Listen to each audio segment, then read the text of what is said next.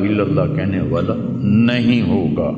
اور قیامت سے 30 سال پہلے، قیامت سے 30 سال پہلے بچے پیدا ہونے بند ہو جائیں گے کہ کسی بچے پر قیامت نہیں آئے گی۔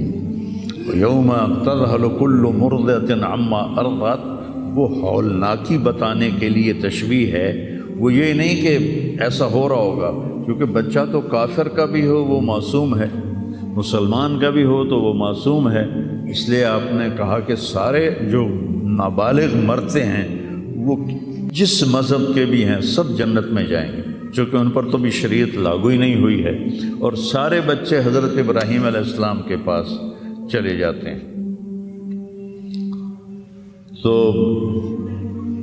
تو حدیث پاک میں آتا ہے جتنے اہل ایمان کے بچے بالغ ہونے سے پہلے، پیدا ہونے سے لے کر 15 سال سے پہلے تک جو فوت ہو جاتے ہیں، سب حضرت ابراہیم علیہ السلام کے پاس ہوتے ہیں، ساری نسل ابراہیم علیہ السلام کے پاس، اور وہ ان کے باپ ہوتے ہیں، اور ان کے ساتھ وہ اپنی وہاں کی جنت کے مزے لیتے ہیں، پتہ نہیں کیا لیتے ہیں، ان تک کوئی نہیں پتہ۔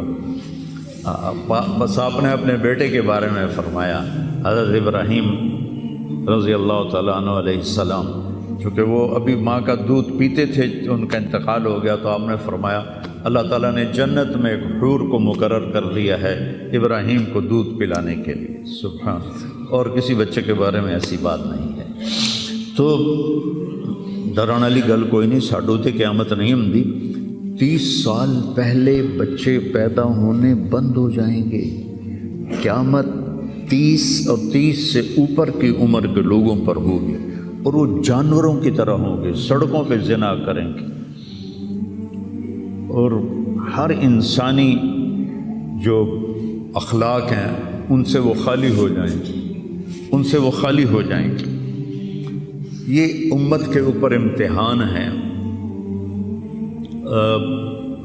ہمارا ایک ساتھی ہے وہاں کینیڈا میں، اس سے مجھے خواب سنایا کہ میں نے دیکھا کہ غزہ کے جتنے شہداء کے بچے ہیں وہ آسمان پہ تیر رہے ہیں، اور اللہ کے نبی ہر آنے والے کا استقبال فرما رہے ہیں۔ تو ہمیں دیکھنے میں تو بڑا ظلم نظر ہے، ظلم ہے بھی صحیح، لیکن ہماری تو موج ہے، تو سارے جنت میں گئے، جتنے بڑے شہید ہوئے وہ بھی جنتی، عورتیں شہید ہوئیں وہ بھی جنتی، مرد شہید ہوئے وہ بھی جنتی، اور بچوں کا تو میں نے کینیڈا میں ایک نوجوان خواب دیکھ رہا ہے، راونڈ کا پڑھا ہوا عالم ہے، کہ میں نے خواب دیکھا کہ غزہ کے شہداء کے بچے آسمان پر تیر رہے ہیں، اور اللہ کے نبی ہر آنے والے بچے کا استقبال فرما رہے ہیں۔ تو ساڑی تو موج ہو گئی، ہمیں دیکھنے میں موت نظر آتی ہے، حقیقت میں دیکھو ایک ہوتا ہے کامیاب ہونا، اور ایک ہوتا ہے فتح پانا، ایک ہوتا ہے ناکام ہونا، اور ایک ہوتا ہے شکست کھانا۔ یہ دو الگ چیزیں ہیں، کامیابی الگ چیز ہے، فتح الگ چیز ہے، ناکامی الگ چیز ہے، شکست الگ چیز ہے۔ کربلا کے میدان میں سب سے مقدس خون بہایا گیا، سب سے پاکیزہ خون بہایا گیا، اور ان سب کو شکست ہو گئی، اور وہ سارے گردنیں کٹوا کے نیزوں پہ چڑھ گئے، لیکن وہ ناکام نہیں ہیں، وہ کامیاب ہیں۔ انہیں شکست ہوئی ہے، انہیں ناکامی نہیں ہوئی، وہ کامیاب ہیں۔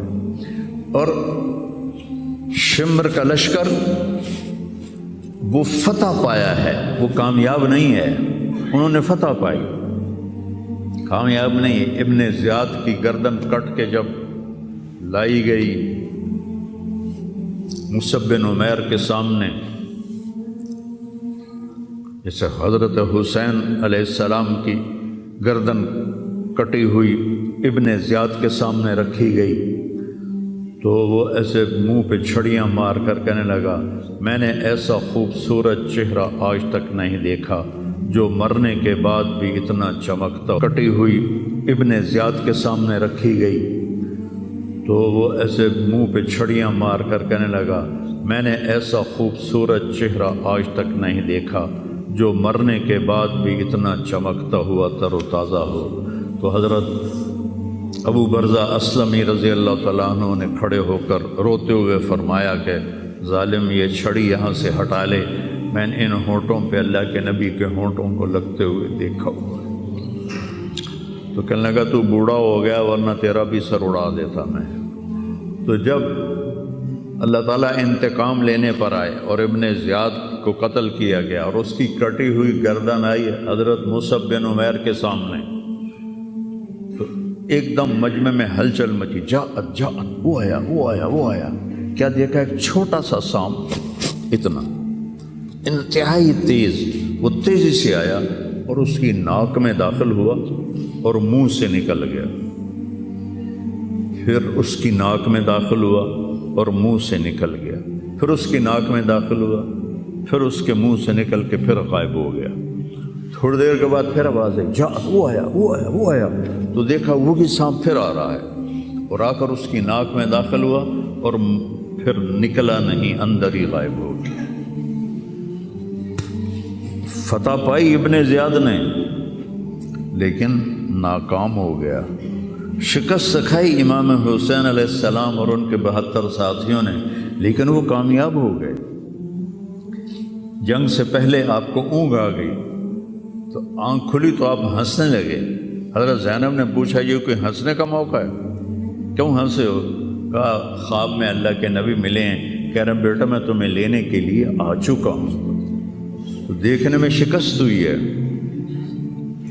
لیکن وہ کامیاب ہیں۔ عمر بن سعد کو فتح ہوئی ہے تو ناکام ہے۔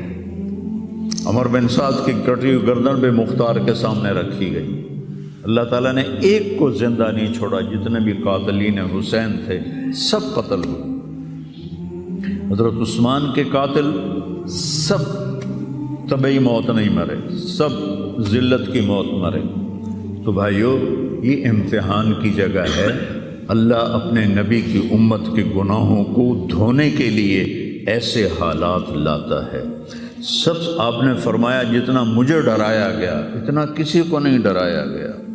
تو میں بتا رہا تھا ارض فلسطین یہ دوسری مسجد جو زمین پہ بنی 40 سال کے بعد، وہ مسجد اقصی ہے۔ 4000 نبیوں کے باپ اور میرے نبی کے دادا ابراہیم علیہ السلام اس سرزمین میں تشریف لائے، وہیں آرام فرما رہے ہیں۔ اسحاق علیہ السلام، یعقوب علیہ السلام، داؤد علیہ السلام، سلیمان علیہ السلام، یحییٰ علیہ السلام، زکریا علیہ السلام، یہ وہ نبی ہیں جن کا قرآن میں ذکر ہے۔ اس کے علاوہ بھی سینکڑوں نبی ہیں جن کے نام نہ تاریخ میں ہیں نہ قرآن میں ہیں، جو اس سرزمین کے اندر ہیں۔ یہ محشر کی سرزمین ہے، یہ نبیوں کی سرزمین ہے۔ میرے نبی نے فرمایا ارض المنشر والمحشر، یہ محشر کی سرزمین ہے اور دوبارہ زمین سے باہر نکلنے کی سرزمین ہے۔ اور پہلا بڑا معرکہ روم اور صحابہ کے درمیان ہوا تھا فلسطین میں، اجنادین کے مقام پر، جو آج رملہ کہلاتا ہے۔ رملہ کے قریب یہ روم کی تعداد 90,000 تھی اور صحابہ کی تعداد 30,000 تھی، اور خالد ابن ولید رضی اللہ تعالیٰ عنہ وہ لشکر کے امیر تھے۔ اس وقت وہ عراق میں تھے۔ جب حضرت ابو بکر صدیق کو پتہ چلا کہ جو 18 دن کا تھا اور ایک راستہ تھا جس سے لوگ آتے جاتے تھے وہ 2 مہینے کا تھا، تو حضرت خالد نے فرمایا میں اس صحرا کو پار کروں گا۔ لوگوں نے کہا ہم بھوک سے مر جائیں گے، پیاس سے مر جائیں گے۔ کہا جس لشکر میں رافع ابن عمیرہ ہو وہ لشکر ہلاک نہیں ہو سکتا۔ آئے اشاق گئے وعدہ فردہ لے کر، ابو نے ڈھونڈ چراغ رخ زیبا لے کر۔ آئے تھے کچھ لوگ جو اللہ کو راضی کر کے دوستی لگا کے دکھا گئے، کب اپنی آنکھوں سے ڈھونڈ چراغ رخ زیبا، تمہیں نظر کوئی نہیں آئیں گے، مرد نظر آئیں گے، انسان کوئی نہیں نظر آئے گا۔ عورتیں نظر آئیں گی، انسان کوئی نہیں نظر آئے گا۔ تو فرمایا جس لشکر میں رافع ہو وہ لشکر ہلاک نہیں ہو سکتا۔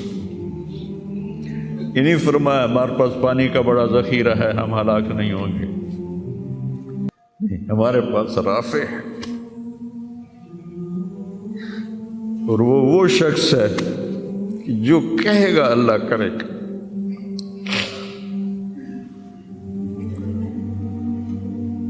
18 دن میں اس کو پار کیا، اور ایک مقام پر آ کر پانی ختم ہو گیا، 3 دن بغیر پانی کے گزارے۔ تو صحابہ نے کہا کہ اب ہم مرتے ہیں، طاقت نہیں ہے، کہا رافع کو بلاؤ۔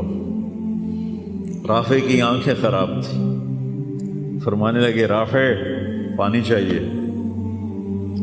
کہنے لگے اچھا مجھے بتاؤ کہاں ہیں ہم، کیونکہ وہ دیکھ نہیں پا رہے تھے۔ تو انہوں نے فرمایا کہ فلاں جگہ۔ اب صحرا میں تو کوئی نشان منزل ہوتا ہی نہیں، تو کوئی انہوں نے جھاڑیاں بتائیں، کہنے لگے کچھ جھاڑیاں دیکھو ایک طرف کٹھی ہوں، کٹھی جھاڑیوں کا کوئی جھنڈ ہو، مجھے بتاؤ ہے؟ انہوں نے کہا ہاں وہ نظر آ رہا ہے، کہ مجھے وہاں لے چلو۔ وہاں لے گئے، ایک جگہ اشارہ کیا کہ یہاں سے زمین کھودو۔ زمین کھودی تو پانی کا چشمہ نکل کے باہر آ گیا۔ کبھی ہم بھی تم میں بھی چاہ تھی، کبھی ہم بھی تم میں بھی راہ تھی، کبھی ہم بھی تم بھی تھے آشنا، تمہیں یاد ہو کہ نہ یاد ہو۔ اللہ نے تو بے وفائی کی نہیں، ہم نے بے وفائی کی۔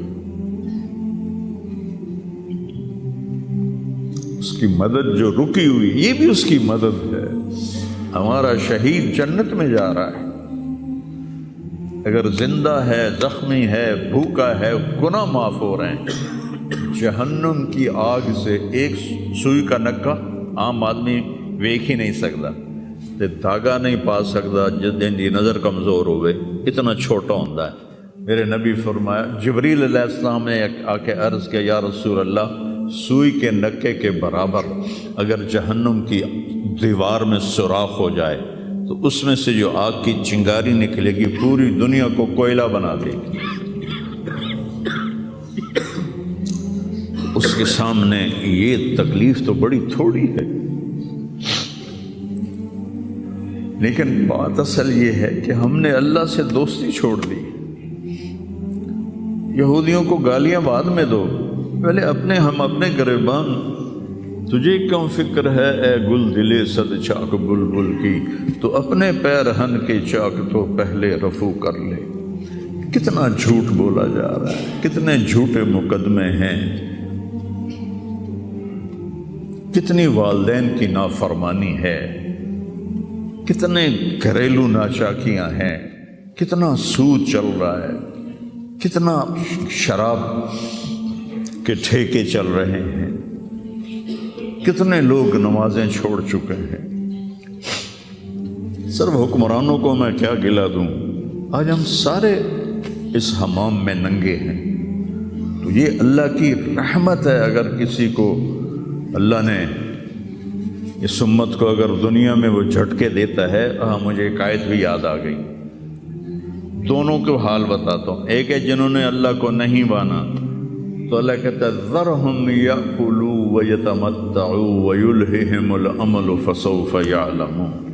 میرے محبوب کرن دے انہوں موج میلا، 4 دیہڑے ہیں انہوں موج میلا کرن دے انہوں میرے کو آون دے بوڑ ویکھی میں کی کرنا، ٹھیک ہوگی۔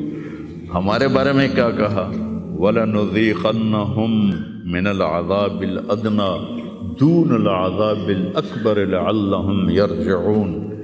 میں تمہیں دنیا میں چھوٹے چھوٹے عذاب دوں گا، بڑا عذاب نہیں دوں گا آخرت کا۔ یہ غزہ کی جو تباہی ہے یہ چھوٹا عذاب ہے، یہ چھوٹی تکلیف ہے۔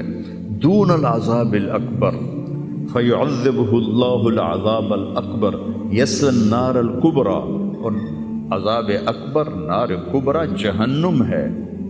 تو میرا اللہ کہہ رہا ہے کہ میں تمہیں چھوٹے چھوٹے عذاب دوں گا، بڑا عذاب نہیں دوں گا، تاکہ تم توبہ کر کے میری طرف آ جاؤ۔ اور جو مجھے نہیں مانتے انہوں نے چھٹی دیتی. جو بچہ اسکول میں پڑھتا ہے اسی کی حاضری ہوتی ہے، غیر حاضری ہوتی ہے. جو پڑھتا ہی نہیں تو اس کی کون حاضری لیتا ہے یا غیر حاضری لیتا ہے. اپنے بچہ کوئی غلطی کرے تو اس کو تنبیہ کی جاتی ہے. گلی کا بچہ کوئی کچھ کرے تو ہم نے کبھی دیکھا ہے کہ کیا کر رہا ہے. یہ امت میرے اللہ کی لاڈلی امت، اس وجہ سے نہیں کہ ایسے کوئی بڑے حاجی پارسا ہیں، اپنے حبیب کی وجہ سے، اپنے محبوب کی وجہ سے یہ امت اللہ کی لاڈلی امت ہے.